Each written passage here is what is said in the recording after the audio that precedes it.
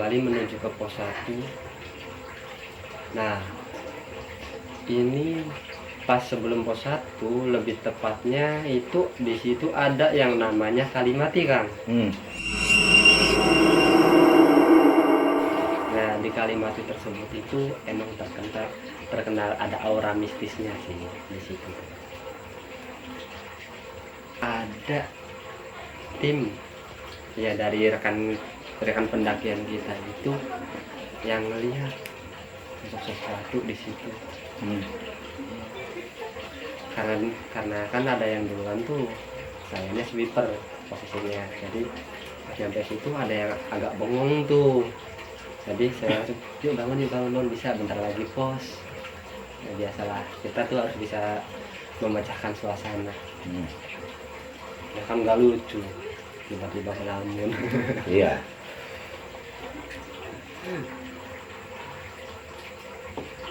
Dari pos bayangan tersebut kita lanjut lagi menuju pos selanjutnya, yaitu pos Arban.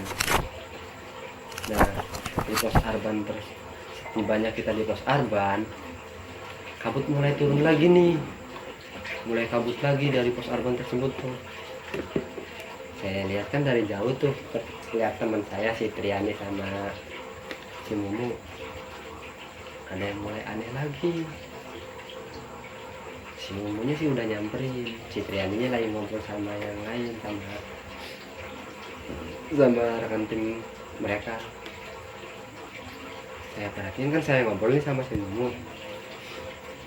Nah, si Triani tersebut itu tiba-tiba kayak orang nyinden, kan.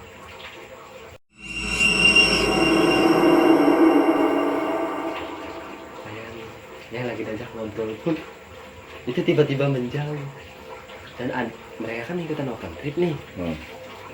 Lebih parahnya lagi itu kan panitianya harusnya kan kalau kayak gitu diapain kek, atau ditolongin atau diapain kan gitu. Nggak diapa-apain. Selamat malam kisah musafir, berjumpa lagi. Kali ini kami berada di kota Cirebon dan di depan kalian sudah ada Mas Parjo. Assalamualaikum Mas Parjo. Waalaikumsalam warahmatullahi wabarakatuh. Gimana kabarnya Mas? Alhamdulillah baik dan sehat. Kesibukan sehari-hari apa Mas? Kesibukan sehari-hari rebahan Mas saya. Kadang kalau ada job aja sih, panggilan biasa. Apa tuh? Ya pengacara, panggilan banyak acara. Pengangguran banyak acara. Nah, di malam kali ini Mas Parjo bakal berbagi kisah pengalaman pribadinya tentang pendakian ya Mas? Enggak. Nah itu Mas Parjo hobi mendaki dari tahun berapa Mas? Kalau dibilang hobi mendaki itu sejak tahun 2008an ya itu. 2008an? Iya, sejak tahun 2008. Sampai? Ya, sampai sekarang pun masih. Sampai sekarang masih? Masih sampai sekarang. Cuman lebih jarang durasi mendakinya ketimbang dulu. Nah oke, sekarang yang bakal dibagikan pendakian di Gunung Cermai ya Mas? Iya. Tahun berapa itu Mas? Ini yang mau saya sharingkan itu tahun 2017. 2017 di Gunung Cermai? Di Gunung Cermai pada tahun 2017. 2017. Oke. Jangan kemana-mana, tetap di Kisah Musafir.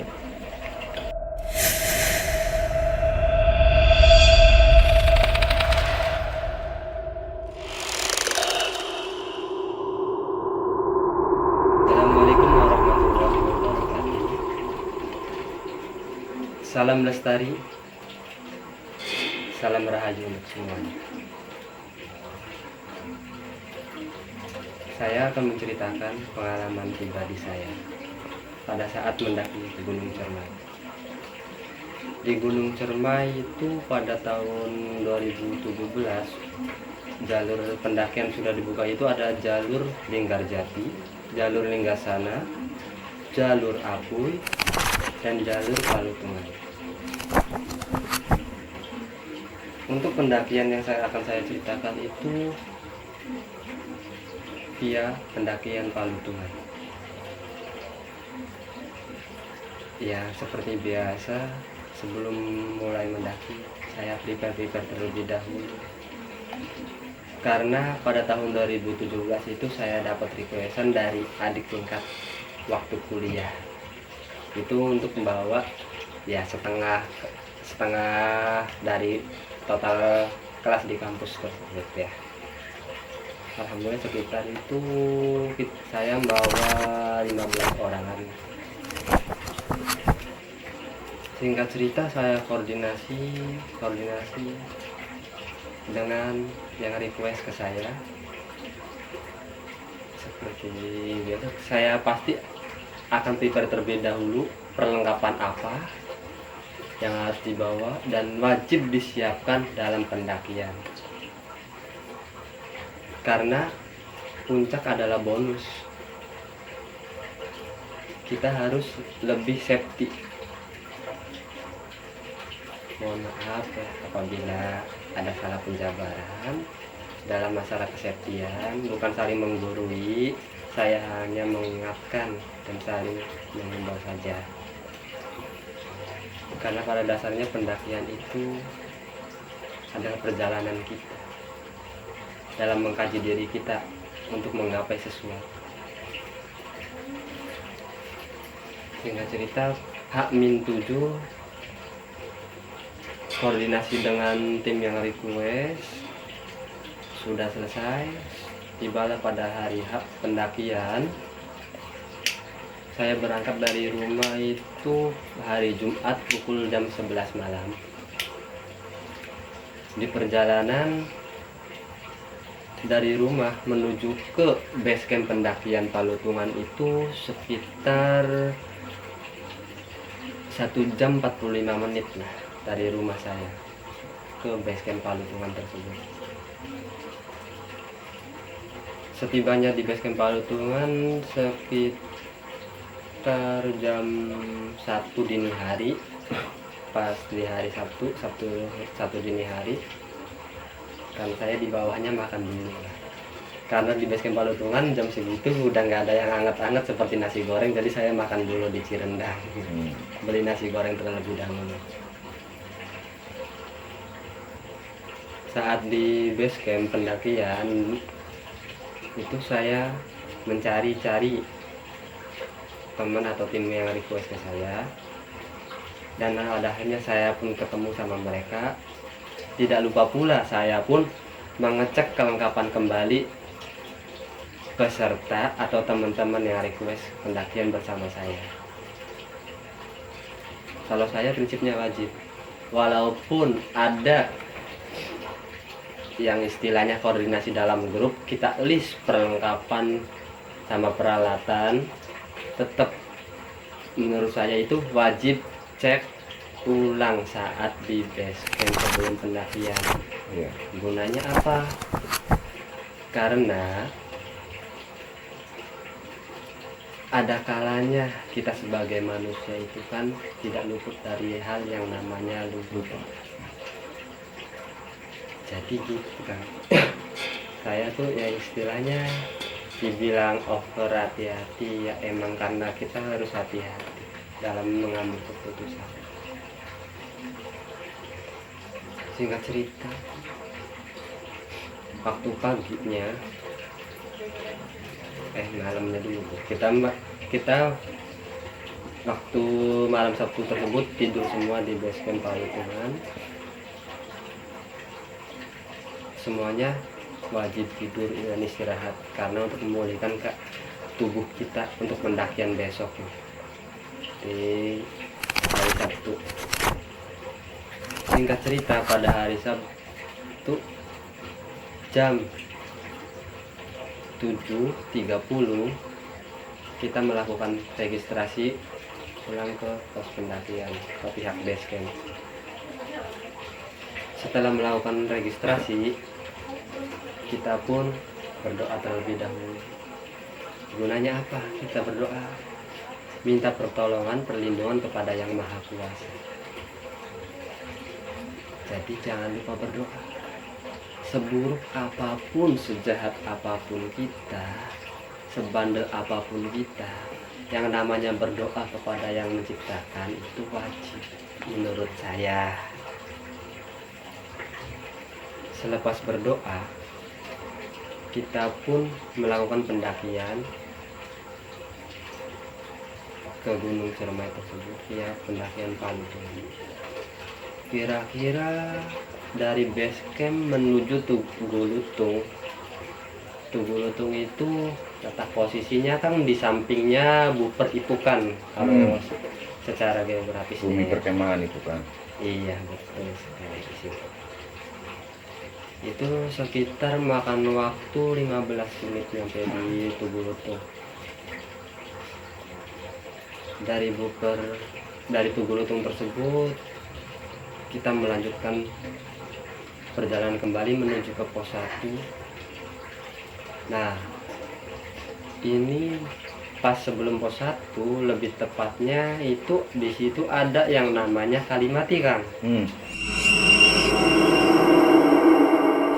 Nah, di Kalimati tersebut itu emang terkenal ada aura mistisnya sih di situ. Pas sebelum di Kalimati, saya di situ jumpa dengan kawan. Di situ ada 2 cewek ya kenal sama saya, namanya Triani dan Mumu gitu. Singkat cerita, saya pun ngobrol sebentar sama mereka berdua. Untuk tim rombongan saya kan udah bagi, ada leader, navigator, sama sweeper.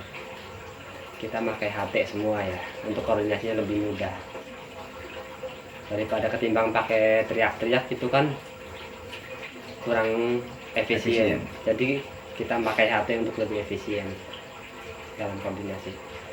Singkat cerita, pas di sebelum Kalimati tersebut, saya ngobrol terlebih dahulu dengan teman yang saya jumpai, si Triani dan Mumu.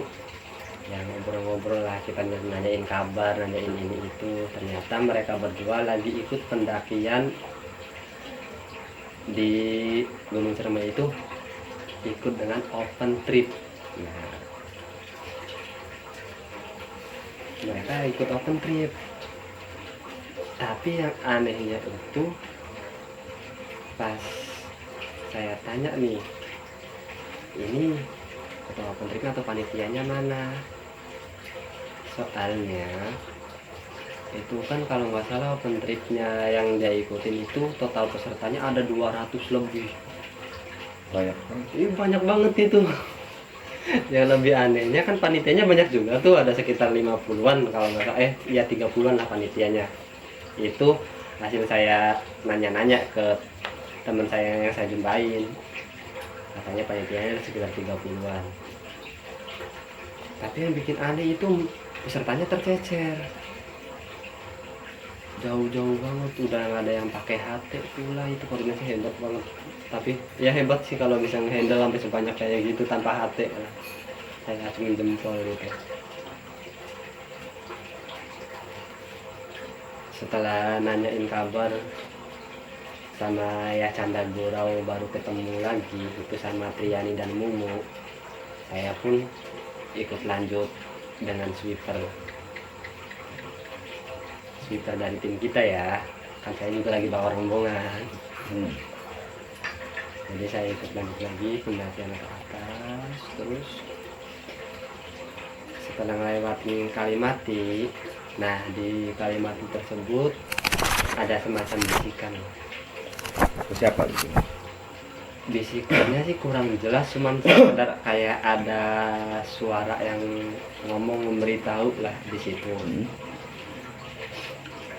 Saya masih feeling positif ya, karena kok baru awal mendaki kok udah aneh kayak gini. Saya coba untuk pikir positif dulu lah dari situ. Udah skip deh, saya tuh udah nyoba pikir positif karena tim kita insya Allah, karena prepare juga udah matang, alat-alat nggak ada yang terlupakan, perlengkapan safety semua. Lanjut kita mendaki sampai tibalah di pos 1 Cigowong. Nyampe di pos 1 kita itu jam, itu kan kita start pendakian jam 7.30, nyampe pos 1 sekitar jam 10-an, ya maklum lah kan pesertanya juga ada ceweknya juga, dan otomatis lama ya. Kalau saya sih pendakian nggak diburu-buru, yang penting aman selamat nyampe. Nyampe balik lagi ke bawah maksudnya ya, bukan nyampe puncak tapi nggak balik lagi, yang penting itu nyampe lagi ke bawah dan dengan selamat. Pas nyampe di Cigowong waktu tahun tersebut itu masih ada warung ya, kita jajan-jajan dulu lah. Bagi yang suka jajan pasti di situ banyak jajanan, yang pengen jajan situ. Ada istilahnya sih kalau menurut orang-orang, kalau ada warung itu kita menghemat bakal logistik kita dari dalam carrier. Setelah kita kan istirahat di situ cukup lama nih, dari jam 10 nyampe setengah 1, karena saya nargetinnya duhuran dulu ketimbang lanjut tuh. Mending kita duhuran dulu di situ. Setelah selesai duhuran ya kita makan dulu isi tenaga. Karena dari Cigowong tersebut untuk ke pos selanjutnya itu medannya lebih naik ketimbang dari base camp menuju ke Cigowong. Kalau dari base camp menuju ke Cigowong itu relatif landai treknya. Untuk estimasinya kalau dari base camp ke Cigowong itu rata-rata 2 jam.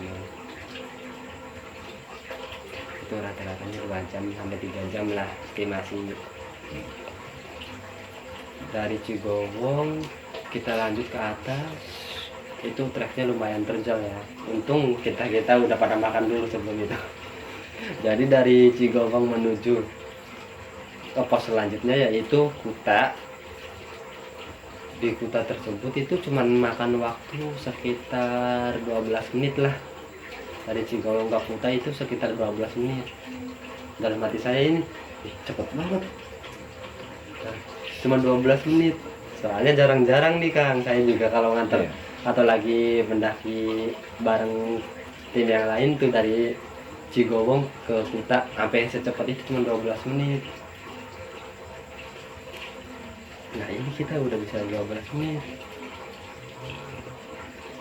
Di Kuta otomatis kita break dulu lah, karena di situ treknya akar semua, akar dan nanjak terjal. Jadi kita rest dulu, istirahatin kaki sekitar 5 menitan. Habis istirahat sama ada yang ngerokok ya sebat-sebat dulu lah biar nyantai. Dari Kuta menuju pos selanjutnya itu Paguyangan Badak. Itu posnya treknya itu lumayan landai ya, kalau dari Kuta ke Paguyangan Badak. Cuman waktu dari Kutanya sekitar 5%-nya masih akar-akar, sisanya landai dan naik. Pas mulai di Paguyangan Badak itu durasi perjalanan kita itu sekitar 35 menit dari Kuta ke Paguyangan Badak. Di Paguyangan Badak tersebut ada tim kita yang lumayan agak kelelahan, jadi di situ restnya agak lama nih, sekitar ada ya 15 menit lebih lah di situ, sekitar 15 menit lebih. Kita nyantai Sandaria di situ. Habis Sandaria tiba-tiba ada kabut nih, kalau langsung tembel di situ di Paguyangan Badak sih, langsung gelap.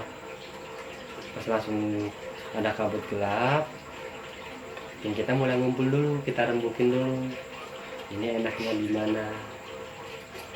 Soalnya ada ya biasa, pasti ada saja kalau dalam suatu pendakian yang keegoannya pengennya camp di sini lah, pengen camp di sini lah. Nah saya ambil di tengah, kita nge-camp sesuai kemampuan kita semua, pokoknya jangan ada yang tercecer, dan kita sepakat di situ. Singkat cerita kabut mulai menghilang, turunlah gerimis dari Paguyangan Badak, turun gerimis. Dari pergoyangan badak tersebut kan gerimis tuh, otomatis badan kita makin dingin nih kalau gerimis. Kalau cuacanya gerimis dan kabut, otomatis kita jangan kebanyakan berhenti. Kalaupun berhenti juga kita harus pasang flashlight. Nah, berhubung kan jarak masih jauh, otomatis kita nggak usah pasang flashlight dong, karena gerimisnya juga cuma kabut dikit-dikit, bukan gerimis kerap gitu. Singkat cerita, di pertengahan antara pagoyangan badak menuju Arban tersebut, alhamdulillah gerimisnya itu reda. Dari pertengahan atau pos bayangan pagoyangan badak menuju ke Arban tersebut, itu di situ kita ada tim ya dari rekan pendakian kita itu yang melihat sesuatu di situ. Karena kan ada yang duluan tuh, sayanya sweeper posisinya, jadi pas nyampe situ ada yang agak bengong tuh, jadi saya langsung yuk bangun bisa, bentar lagi pos. Ya biasalah, kita tuh harus bisa memecahkan suasana. Ya kan nggak lucu tiba-tiba ngelamun. Iya.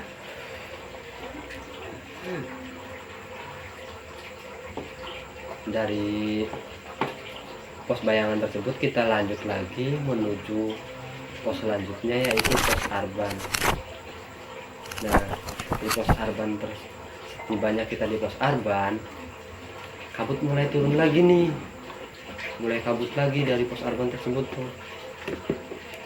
Ya karena itu waktu tahun tersebut tuh emang posisinya lagi musim hujan sih mendakinya,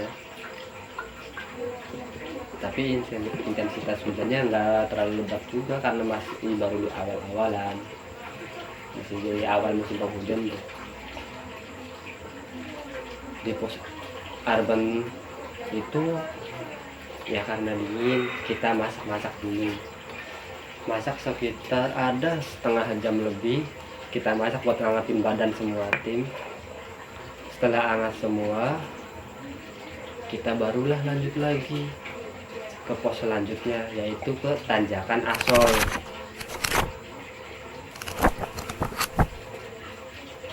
Nah, sebelum itu nyampe pos tanjakan Asoy, kita tuh jumpa lagi nih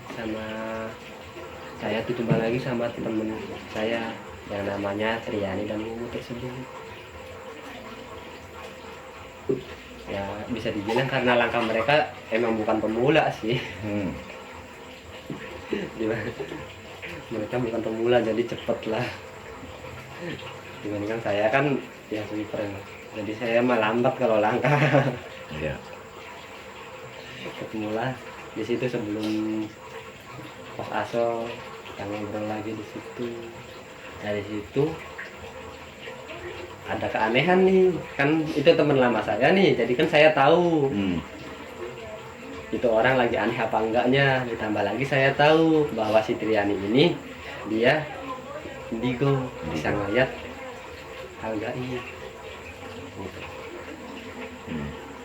Ya saya masih pikir positif lah, ya barangkali dia lagi bengong atau galauin pelajaran kuliah lah atau apa, ya entahlah.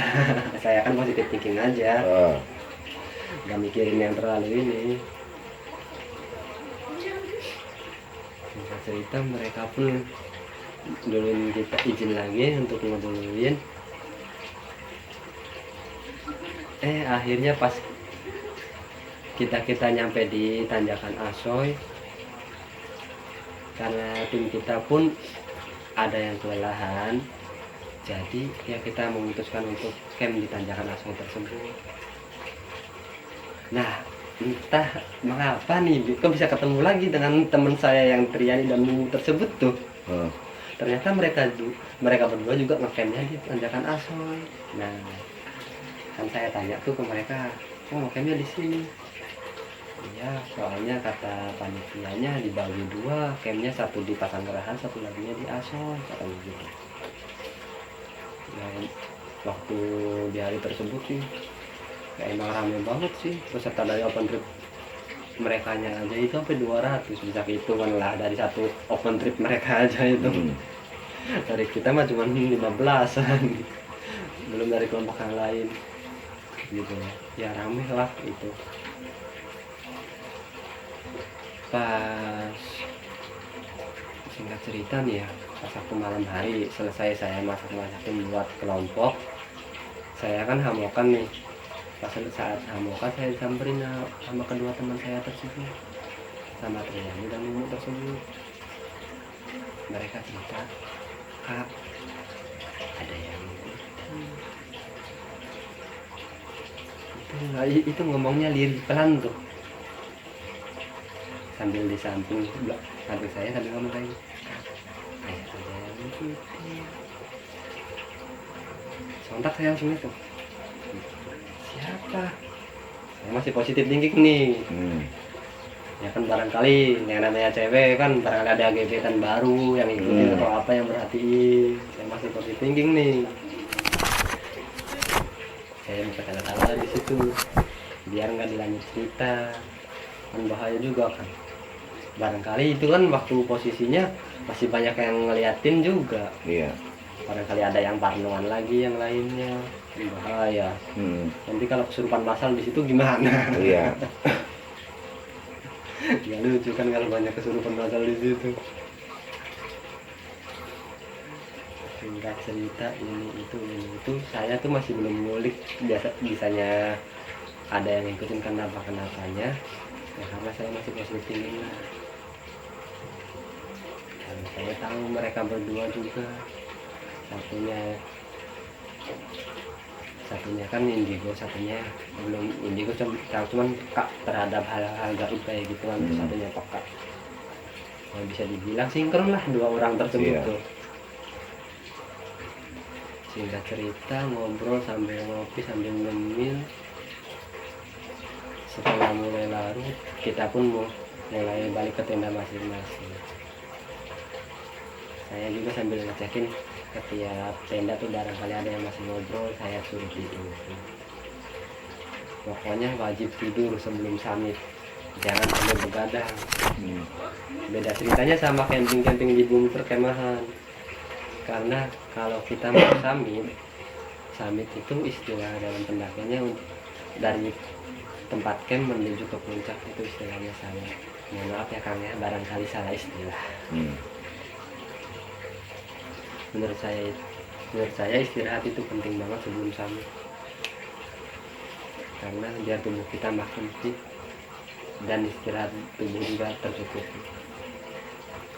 Singkat cerita kan untuk open trip sebelah yang temen itu mereka summit itu dari jam 2 dini hari mereka summit.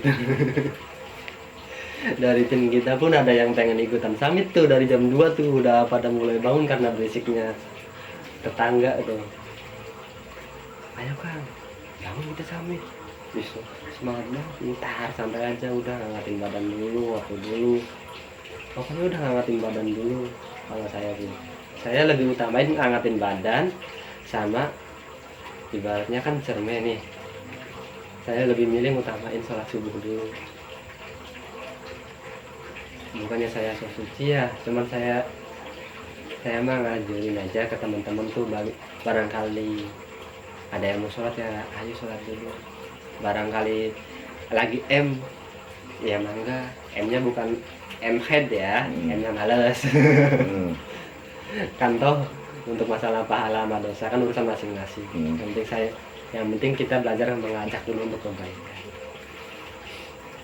Singkat cerita, setelah saya nawarin gimana kalau habis subuh aja, enak tuh kayaknya, perut udah isi, badan mulai anget, kewajiban udah terpenuhi.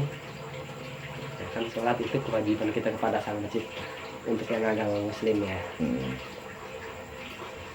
Setelah sholat subuh kita mulai prepare,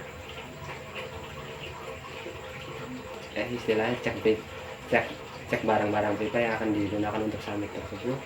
Setelah siap kita pun mulai summit.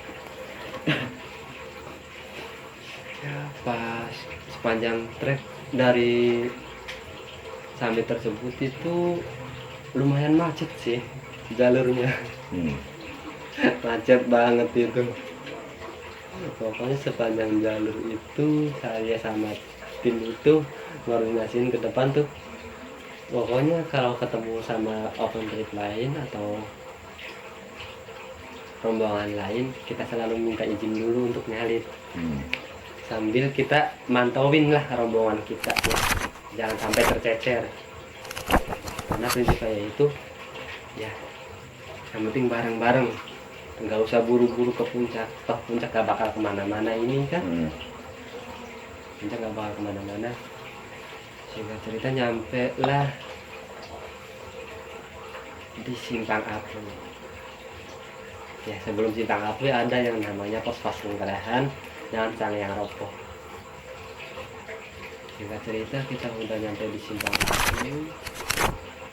Sampai di Simpang Api tersebut ya kita mulai istirahat dulu karena saya pun mulai khawatir dengan tim saya karena khawatir terburu-buru kan barangkali ada yang nafasnya belum terbiasa ataupun masih terengah-engah. Kita istirahat dulu di Simpang Api tersebut.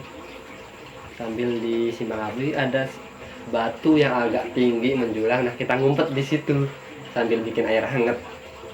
Ngumpet di situ kita bikin air hangat ya, joinan lah, cuman air hangatnya 1 gelas sih. Kita joinan ber-15. Setelah ngatin badan dengan 1 gelas tersebut, kita lanjut lagi nyampe puncak. Nah pas nyampe puncak nih, saya lihat kan dari jauh tuh, lihat teman saya si Triani sama si Mumu ada yang mulai aneh lagi. Si Mumunya sih udah nyamperin, si Trianinya lagi ngobrol sama yang lain, sama rekan tim mereka. Saya perhatiin kan saya ngobrolin sama si Mumu. Nah si Triani tersebut itu tiba-tiba kayak orang nyinden kan.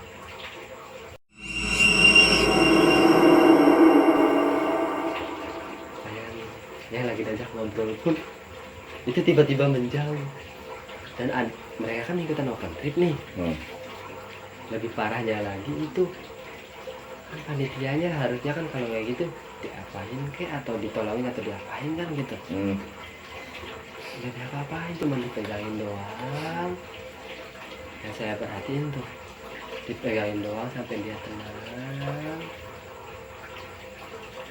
Itu udah ada lah cukup lama itu, sekitar setengah jam lebih.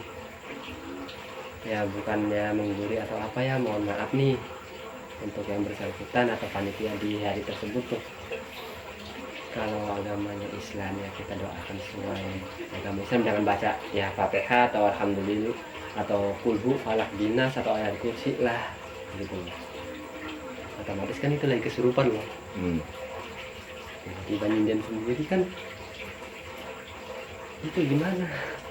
Jadi peserta yang lain juga mulai menjauh. Itu yang dekat ke Citriani tersebut itu kan cuma panitia doang, itu cuma sekedar megangin doang kan. Ya kalau ngobrol sama si Mumu nih, saya arahin si Mumu. Nah sekarang mau balik ke tim, coba deketin saya. Udah bacain ayat kursi saja. Udah ayat kursi, Bismillahirrahmanirrahim ta'ala pokoknya. Bacain ayat kursi. Setelah dibacain ayat kursi sama si Mumu, alhamdulillah tuh kak udah nggak nyinden. Cuman masih belum sadarkan diri. Lebih anehnya lagi kak, panitianya itu mulai udah nggak nyinden, langsung pada buru-buru turun semua. Lah kan aneh kang itu. Saya pikir dari jauh tuh aneh banget. Setelahnya open trip pesertanya banyak, itu kayak ada acuh gitu, ada pesertanya yang sedang mengalami hal kejadian kayak gitu tuh. Ya ada sih panitianya, satu itu yang masih megangin. Tadinya kan 3 nih. Iya. Waktu nyinden 3 yang megangin kan. Pas sudah mulai reda tapi belum sadarkan diri, cuma satu yang ngejagain, yang mungkin ya pikirnya itu bisa ngehandle lah satu orang. Itu lama lagi nih kan, nggak sadarkan diri nih, sekitar 15 menitan si Mimunya datang lagi ke saya, kakak ini gimana nggak sadar-sadar. Udah saya arahin, cobain kirimin Fatihah,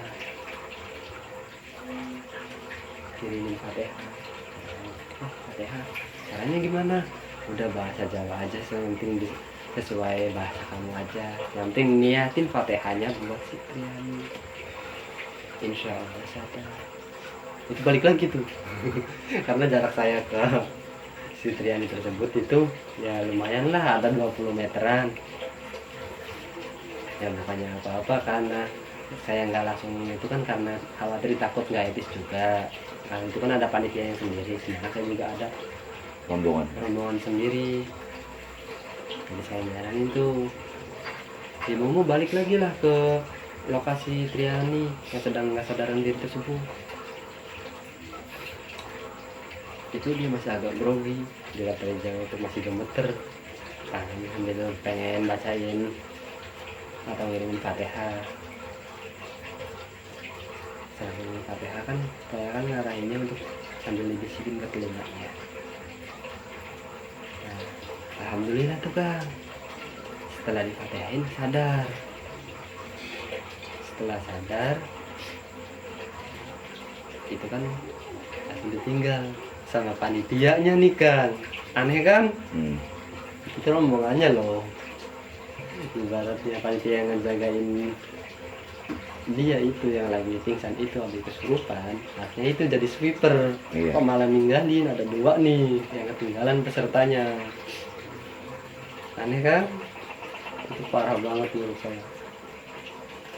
Nah, saya kan lihat dari jauh nih, udah tahu ditinggal, otomatis dong itu kan habis kesurupan. Kalau habis kesurupan kayak gitu otomatis badan-badan tuh pada capek lah.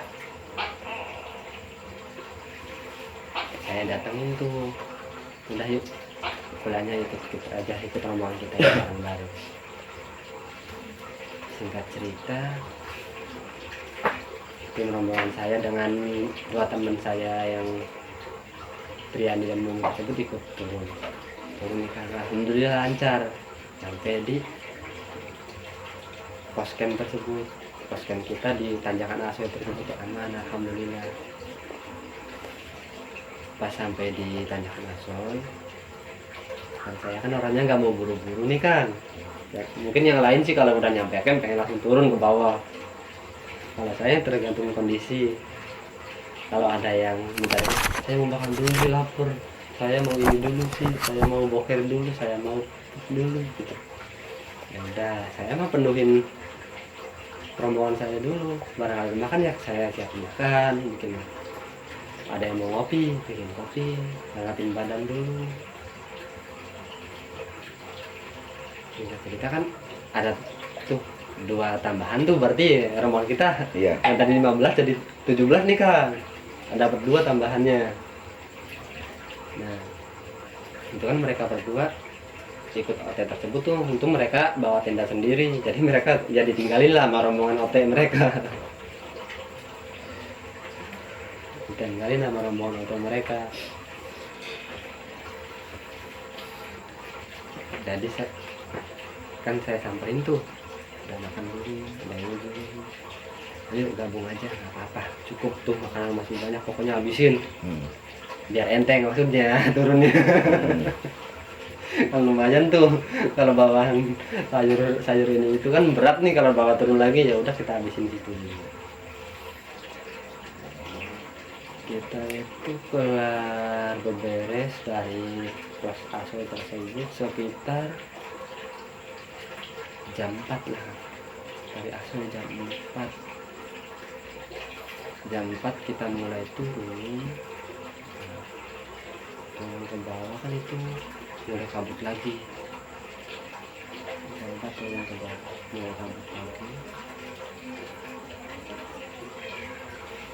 Mulai kabut lagi. Nah mulai kabut tersebut ada yang mulai janggal lagi. seperti ada bisikan tapi nggak jelas bisikannya tuh Kang.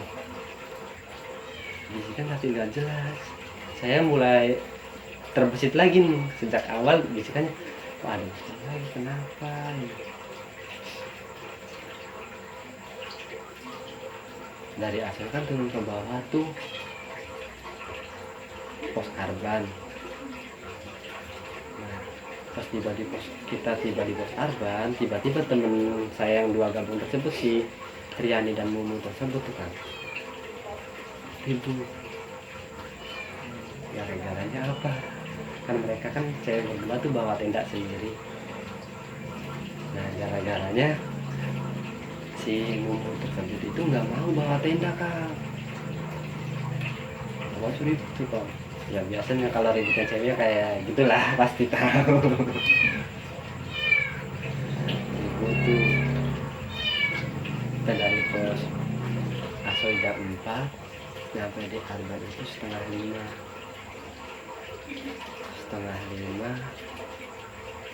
Itu setengah 5 kita rest nyampe jam 5. Rest nyampe jam 5, kita lanjut lagi nih Kang, dari jam 5 di pos Arban tuh lanjut ke bawah. Itu pokoknya full kabut Kang, waktu turun full kabut. Hujan mah enggak, cuma full kabut pokoknya itu. Tibalah kita di pos bayangan ya, waktu awal naik ada teman saya yang ngomong di situ. Tiba di pos bayangan tersebut pas maghrib, pas waktu maghrib banget di pos bayangan, atau itu namanya pos Ampere kan. Pos bayangan antara Arban ke Paguyangan Badak. Di Ampere tersebut kita itu rest dulu sambil isoma maghrib dulu di situ. Ya kita di situ lumayan lama sih, sekitar ada 10 menitan lah. Setelah sholat, alhamdulillah waktu sholat nggak kabut nih Kang, aneh kan? Tadi kabut, pas waktu maghrib sholat nggak ada kabut nih di area tersebut tuh. Setelah sholat kita mulai turun lagi ke bawah nih, sekitar 3 menitan dari lokasi tersebut ke bawah mulai kabut lagi. Kabut, nggak kabut lagi Kang. Itu berarti posisi ya sekitar jam setengah 7-an ya, mulai kabut lagi. Kabutnya kan mulai rapet nih Kang. Daripada terpencar, saya break dulu nih sekitar setengah jam kan. Itu dari setengah 7, setengah jam kan jam 7 nih. Jam 7 kita hormatin waktu isya dulu dan kalian mau sholat sambil nunggu kabut meredak dulu nih. Soalnya kabutnya itu jarak pandang sekitar 3 meteran lah Kang. Kan bahaya banget nih, istilahnya kan itu ngebin. Nah, kelihatan tembus kita juga lihatnya. Jadi kalau pas mendaki kabutnya tebal banget. Pokoknya ada hal yang sekiranya membahayakan diri kita dan tim itu, lebih baik kita istirahat dulu, tenangin pikiran dan berusaha untuk berpikir positif. Setelah kabut mulai mereda nih, kita lanjut lagi.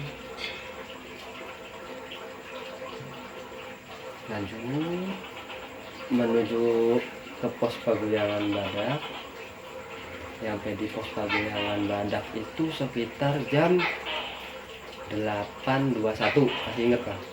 Soalnya saya ngecek HP waktu itu. Pokoknya tiap pos saya ngecek HP sekitar jam 8.21. Di pos Paguyangan tersebut itu kita istirahat bentar ya. Kita istirahat bentar. Ya sepanjang perjalanan sih dari Arban ke Paguyangan Badak tersebut antara Triani dan Mumu itu ribut terus Kang. Sepanjang jalan tuh lagi sama tim kita nengahin mereka lagi, ribut lagi, nengahin ribut lagi kayak gitu kan. Sampai di Paguyangan Badak, setelah istirahat di situ kan mulai terasa anehnya. Saya melihat nih dari jauh nih, ya nggak jauh sih, sekitar dari sini 5 meter ke depan saya lihat kok mukanya beda. Tapi saya Noel juga, Mas, mukanya beda, bener nggak? Saya tanya lagi, ya itu paling lagi kedinginan. Ya itu mencairin suasana lah, barangkali yang lainnya ikut dengar kan tambah khawatir lagi itu nantinya. Tambah lagi kan kita dari puncak nih, udah turunnya terlalu siang, kondisi kaki ada yang mulai pada capek gitu. Tambah lagi ada yang ribut, ada yang digintilin, ya kan, ada yang digintilin. Kita istirahat di situ sekitar 3 menit kan, karena setelah 3 menit tersebut tiba-tiba si Triani tersebut tuh kan bangun, ambil tas, ambil tenda yang dia janji, lari kan tanpa bawa alat penerangan, tanpa bawa headlamp ataupun senter. Itu headlampnya ditaruh di situ. Secara normal, coba bayangin di tengah hutan, nggak pakai penerangan bisa lari. Itu langsung saya kejar berdua nih sama teman saya, sama si Rio. Saya kejar sama si Rio, disusul lagi sama si Linda. Ada 3 nih, cewek 2, cewek 1 ikut kejar. Akhirnya kesusul kan. Kesusul itu mau lompat kan ke jurang terakhirnya. Serius, demi Allah itu mau lompat. Untungnya sempet mas saya tarik gitu. Ya nariknya juga kewalahan, itu kan udah posisi udah mau lompat beneran kan di situ. Pas mau lompat di situ saya tarik gitu. Saya tarik langsung berdua kan, cowok berdua nih langsung pegang tangan berdua. Satu laginya temen, langsung dianya bawa Quran digital lah, langsung ngaji Yasin dari belakang. Ngajiin Yasin itu cuman ngerem doang, gitu doang kan. Masih belum bisa diajak kompromi apapun, kan bingung nih kan, maksudnya kesalahannya apa atau bagaimana dan gimana. Tiba-tiba ada yang ngikutin, nempelnya langsung masuk, terus tiba-tiba mau ngebawa ke jurang. Kan kita pegang itu kan mau lompat tadinya. Ya. Nah, untungnya saya kena ditarik satu tangan. Ya biasalah kalau dibilangin, ya kayak sinetron kayak gitulah. Tenaganya kuat ya? Itu kuat banget, kan bukan tenaga orang. Iya. Kan. Saya tarik langsung pegang sama teman saya yang satunya, sama si itu pegang berdua kanan kiri. Satunya teman saya itu langsung ngaji Yasin di belakang. Ya karena ibaratnya kita juga harus siap siaga untuk menanggulangi hal-hal tersebut. Ngaji Yasin itu nggak cuma ngobrol aja, jadi itu lama banget itu kan, ngobrol aja. Saya buat coba ngaji lah di situ sampai rombongan saya nih, kan ada 15 nih kan. Dari 15 orang tersebut mayoritas saya suruh buka Quran digital semua. Ibaratnya kita kayak ngaji bersama di situ. Karena itu kan baru dikeluarin satu nih kan, ibaratnya masuk lagi kok beda lagi itu lah kan, itu beda sampai ya dari jam 9 lah itu setar mulai kan ya, dari jam 9 mulai penanganan kesurupan tersebut tuh. Dari jam 9 sampai jam 10 kita kan ngaji ya orang kan ada capeknya ya. Udah lagi mendaki turun, tenaganya udah tinggal pas-pasan lemes. Kita tinggal ngandelin iman sama pasrah sama Allah gitu, Kak. Kita ngaji segala macam kita juga istirahat dulu ya. Capek kan. Bayangin dari jam 9 sampai jam 10 aja itu nggak kelar-kelar. Apa lagi masuk lagi.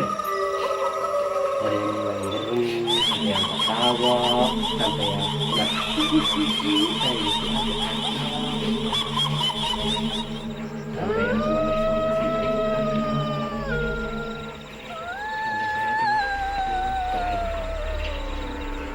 saya nyoba tawasulin dulu, saya tawasulin dulu di situ, saya tawasulan ke ya khususnya ke kanjeng Nabi, pasti harus ditawasul ke kanjeng Nabi,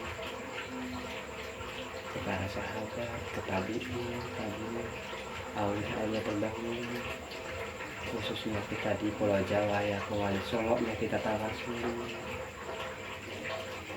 Untuk ke tiap daerah kan pasti ada yang namanya Ki Gede atau yang selalu dihormati di area tersebut. Iya. Kita tawasulin juga dengan harapan kita tawasulin tersebut itu supaya karomah dari para aulia atau nabi, aulia ulama tersebut itu ikut mendoakan kita juga. Ya kita sih ngarepnya ridhonya dari Allah supaya lebih cepat nyerap ke kitanya dalam menangani hal tersebut. Setelah kita tawasul sampai terakhir kita khususin atau khususonin ke Triani tersebut sama penghuni cermek di situ. Alhamdulillahnya kan terakhir itu kan saya bisikin nih dari di telinganya untuk penghuni di sini, coba hadir. Apa barangkali ada yang salah dari diri anak ini, tolong disampaikan biar saya juga ngerti. Kan bingung. Iya. Kalau seandainya tiba-tiba kesulitan ada komunikasi nggak bisa. Udah disembuhin kesulitan malah masuk lagi gitu. Setelah itu masuk kan, di situ masuklah. Ibaratnya kan di cerbangan ada legenda lampir ya. Sosok tersebut itu ikut hadir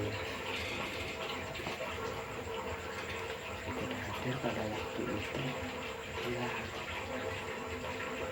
anak ini harus mati kayak gitu terus kan bilangnya anak ini harus mati,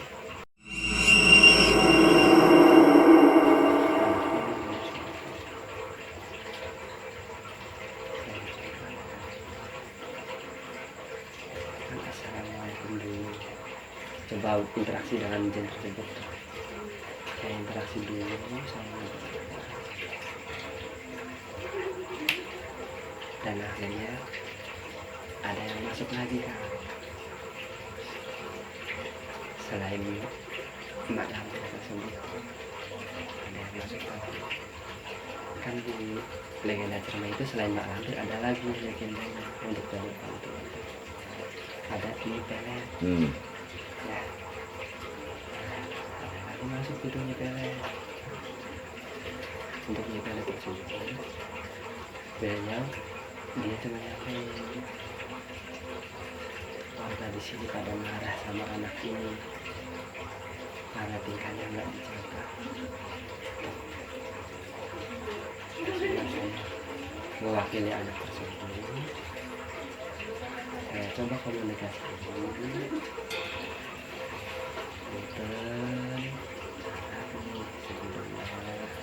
Kita kan dari bangsa manusia, dari bangsa manusia nih kan,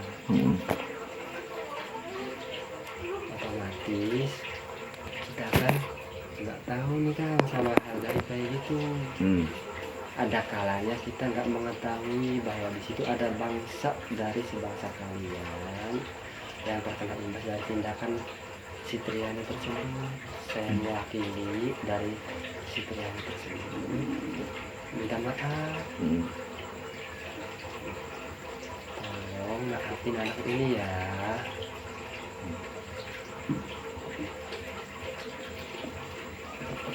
Si Jin tersebut ngiyain, alhamdulillah tuh kan mau ngiyain. Jadi pulang waktu itu cuman warganya kulai masih ada ya banget yang lain.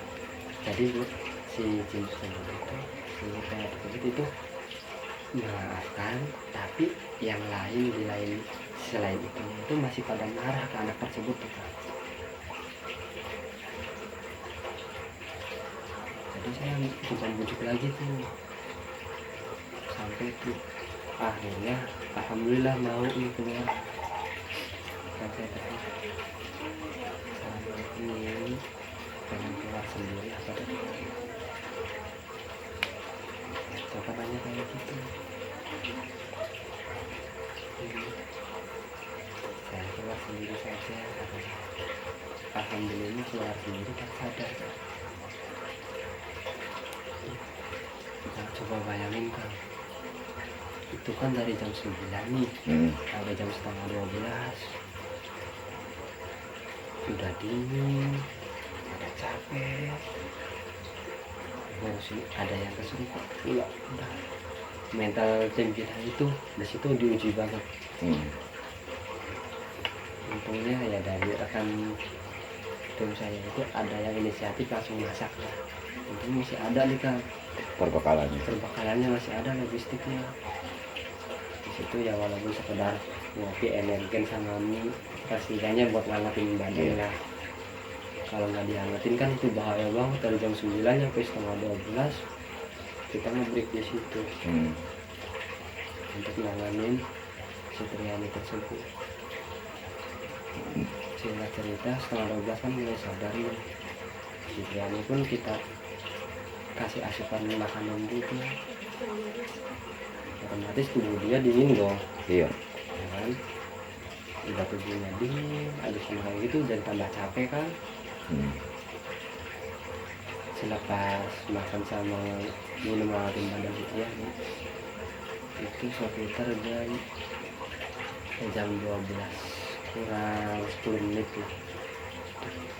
Jam 12 kurang 10 menit kita pun langsung turun bergegas menuju pos 1 Cibowong. Nah, sampai di Cibowong ternyata terornya masih ada Kang. Masih berlanjut Itu terornya. Karena seperti yang disampaikan oleh Pele tersebut kan, dianya sudah ngaku udah maafkan, tapi yang lainnya masih ada yang belum bisa menerima atau maafkan gitu. Jadi kita masih berkumpul sampai pos 1 itu kan emosinya si Triani nih mulai nggak stabil lagi di pos 1 tuh, karena mulai ada yang menempelin lagi, gendong sini kayak ada yang nempel kan. Mulai dari situ saya kan coba ambil nafas dulu lah, ibaratnya tertarik ke si tenaga masih pikir positif dulu Pak. Karena teman kita saya kan urusan saya juga yang saya percaya, nantinya handle dulu bentar kok. Itu yang penting jangan sampai ngelamun. Makanya di pos 1 itu kita di Cibowong itu ngobrol dulu, soalnya kalau kita langsung lanjut khawatir terjadi lagi, soalnya itu aja udah kayak gitu lagi, udah mulai ada tanda-tandanya lagi. Nggak terasa nih Kang, kita ngobrol sama makan lagi di pos 1 itu sampai di setengah 1 kan masih ada warung nih Kang di Cibowong dulu tahun 2000 tahun 2000 tersebut masih ada warung. Di situ kita kan sambil ada yang belanja nih kan. Nah, orang-orang tersebut juga ada yang ngomong, "Ah, itu mau apa gimana anaknya?" Sebenarnya orang warung kan, nanya ke saya. Kebetulan saya kan disitu kan ya nggak enak juga kalau seandainya menurut itu kenapa apa ya, saya kasih tahu cerita sebenarnya. Kan beliau orang-orang tersebut tuh nyaranin juga lebih baik makan lagi aja di sini untuk keamanan ketimbang ada apa-apa lagi di sini. Kebetulan akan saya juga langsung diriin tenda itu ya, supaya langsung untungnya langsung sepakat makan lagi. Jadi kita pendakian itu 2 hari 2 malam kan. Kita makan lagi di Cibogo. Nah, sepakat kita makannya cuman kita diriin 3 tenda. Kita cuma mendiriin 3 tenda di situ makannya. Padahal total dari tim kita aja itu tenda ada 5. 5 ditambah tendanya Triani kan ada 1 itu berarti 6 total tenda. Kita cuma buka 3. Di 3 tersebut itu kita ngutamain ke yang kedinginan sama capek sama yang kesulitan tersebut, karena mereka yang karena kita pada tidurnya di dekat api unggun dekat warung. Di situ kan kita ngurus suasana ini di situ. Alhamdulillah kita singkat cerita langsung pagi berarti hari Senin. Hari Senin kita mulai prepare, langsung turun nyampe base camp jam 8 pagi. Karena kita turun dari Cibogo itu jam 6:30. 6:30 turun dari Cibogo, nyampe base camp jam 8 pagi. Nah, base camp jam 8 pagi, kita di situ bersuka-cita ria lagi. Padahal banyak kan dari rombongan saya pun waktu yang kejadian yang mau lompat itu tuh kan banyak yang melihat. Ternyata ada yang melihat putih lah, ada yang melihat ini lah, ada yang melihat sosok kayak melihat yang orang hitam lah, ada yang melihat gede gugur lah, sempit katanya di situ tuh. Itu pas mereka baru pada berani cerita itu waktu di bawah saat pada makan. Karena di bawah itu kita makan lagi. Jadi jadi malah yang membuat sibuk timnya Mas Parjo itu bukan dari tim ya, malah dari tim luar ya, dari on trip itu tadi. Iya betul, dari open trip lah. Iya, open trip ya. Nah, ada nggak Mas pesan-pesan buat teman-teman sesama pendaki gitu, pesan-pesan moral? Sebelum pesan moral nih Mas, pada saat di base kan kita tanya-tanya nih ke Triani sama Mumu, waktu awal pendakian kalian habis ngapain? Ada enggak hal yang sekiranya kurang sopan? Mereka lagi itu kan kayaknya ini kayaknya itu, sampai singkat cerita yang jelek mengenai api itu ada kan masalahnya itu mereka bisa bikin marahnya itu pada saat mau matahin ranting kan. Itu gara-gara mau matahin ranting sampai berakibat kayak gitu, fatal banget kan. Iya. Mereka lupa untuk bilang permisi dulu. Jadi akibatnya hanya mematahkan ranting. Iya, dari ranting tersebut itu ya bekas cocokannya itu kena ke bangsa kayak gitu. Oh, kelempar gitu ya? Iya, itu kan rantingnya kan ngalangin jalan. Iya. Mungkin maksudnya baik, ngerapihin jalur ya. Iya. Cuma kan ada sisi lainnya juga, karena hidup kita kan bersebelahan dengan alam lain. Iya betul. Itu karena mereka nggak ngomong punten dulu atau apa dulu. kecil. Sok pesan. Jadi dimanapun tempatnya kita itu harus wajib yang namanya mengutamakan sopan santun. Itu apalagi ibaratnya kita itu sedang mendaki. Kalau di sebuah gunung itu biasanya banyak yang namanya istilah istananya jin.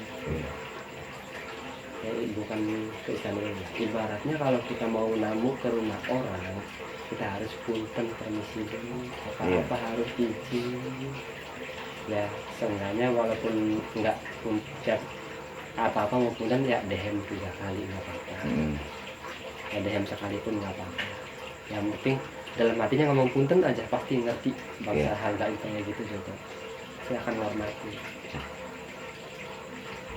Misalnya saya nyimpulin itu gara-gara ranting, soalnya pas aku cerita ranting ada yang di situ lagi, iya gara-gara itu. Nah itu gara-gara ranting. Jadi bisikan-bisikan dari awal tuh bisikan apa, Mas? Bisikan apa ya? Ya saya juga kan nggak indigo ya. Apakah misalkan memberitahu hati-hati bakal terjadi apa gitu dari bisikan-bisikan yang pertama itu? Kemungkinan besar itu. Kemungkinan. Iya. Sebuah peringatan ya. Iya. Untuk kita waspada. Oke, terima kasih Mas Parjo. Ambil sisi baiknya, buang sisi buruknya. Kisah Musafir Cirebon. Wassalamualaikum warahmatullahi wabarakatuh.